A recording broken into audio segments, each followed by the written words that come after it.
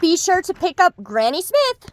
Who is Granny Smith? Is she helping us make a pie? Amelia Bedelia asked. You bet, Granddad said. We couldn't do it without her. Amelia Bedelia and Granddad drove all the way into the country. Your supermarket is far away, said Amelia Bedelia. We aren't going to the supermarket, said Granddad. We'll get our apples at the farmer's market. What? Amelia Bedelia asked. Do we need to buy a farmer? No, said Granddad, laughing. Their apples are much fresher. Apples are good for me, right? Asked Amelia Bedelia. Oh, yes, said Granddad. An apple a day keeps the doctor away. They're good for your teeth, too. Folks call them nature's toothbrush. Hey, Granddad, said Amelia Bedelia. If I eat an apple a day, I won't have to go to the doctor or dentist ever again. Granddad smiled. I wish it worked that way, Pumpkin, he said. Granddad picked up a bright green apple, polished it on his jacket, and tossed it to Amelia Bedelia. Nice catch, he said. Meet Granny Smith. Amelia Bedelia took a loud, crunchy bite. Granny is yummy, she said. Bushel baskets overflowed with red, yellow, orange, pink, and green apples. Some apples wore stripes or spots or splotches. The colors reminded Amelia Bedelia of autumn. While Granddad chose apples to buy, Amelia Bedelia read the names out loud. One was called Delicious, but they all looked tasty to her. When they got home, Grandma went right to work, coring and peeling the apples. Amelia Bedelia measured the peels to see which one was the longest. Grandma cut each apple into 2 pieces, then into 4 pieces, and then into 8 pieces. Finally, she sprinkled sugar and cinnamon on the slices. Next, Grandma pulled out all of her pie pans, hunting for just the right one. Amelia Bedelia found a tiny pan. Is this a toy? She asked. No, said Grandma. That's a real pie pan. It's just really small. Aha! Here's the one I want. Now please get me a little flour, Sugar Plum. Amelia Bedelia spied a small flower on the windowsill, and she picked it. Here you go, Grandma, she said. Thanks, sweetie, said Grandma. Then she showed Amelia Bedelia where she kept the flour she used for baking.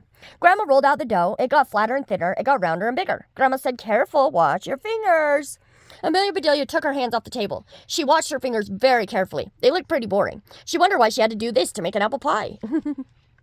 Now, we just need to sprinkle a flour, said Grandma. Amelia Bedelia reached into the sack of flour, grabbed a handful, and sprinkled it all over their heads. Grandma laughed. Not on us, she said, on the dough. Amelia Bedelia sprinkled some on the dough, too. At last, said Grandma, we're ready to put this pie together. And that's exactly what Grandma and Amelia Bedelia did. Then Grandma popped the pie into the oven, set the timer, and started to clean up the kitchen.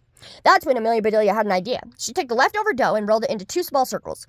She put one on the little pie pan, filled it with extra apples, and plopped the others on circle on top. Then she crimped the edges all around.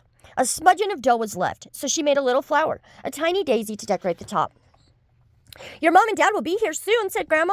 Then we'll have to have a pie party. Yippee, said Amelia Bedelia. Granddad heard the commotion and came into the kitchen. What are we celebrating, he said. Honey, said Grandma. Amelia Bedelia made her first apple pie.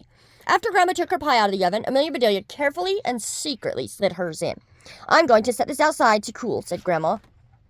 It was time to get ready for the party. Grandma hummed as she set out the table. Soon, Granddad was whistling the same tune. Outside, the birds were chirping and tweeting and singing like mad. Listen, said Amelia Bedelia. It sounds like the birds are having a party, too. My pie, exclaimed Grandma.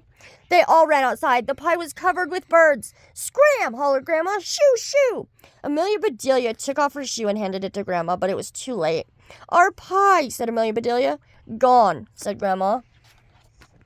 Just then, Amelia Bedelia's parents arrived. Amelia Bedelia's dad stared at the empty pie pan. Gee, he said, couldn't you wait for us?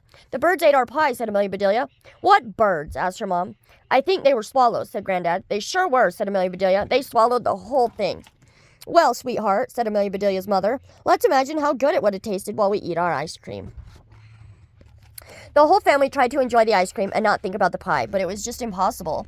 We made the best pie, said Amelia Bedelia. It was a thing of beauty, said Grandma. It would have been delicious, said Granddad. It was a perfect pie, said Amelia Bedelia. Her lower lip trembled. She let out a sob. You know, said Amelia Bedelia's father, just hearing you talk about that pie makes me think I can smell a fresh baked pie coming out of the oven.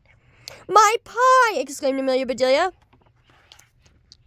They raced to the kitchen. Grandma took the tiny pie out of the oven and set it out on the table.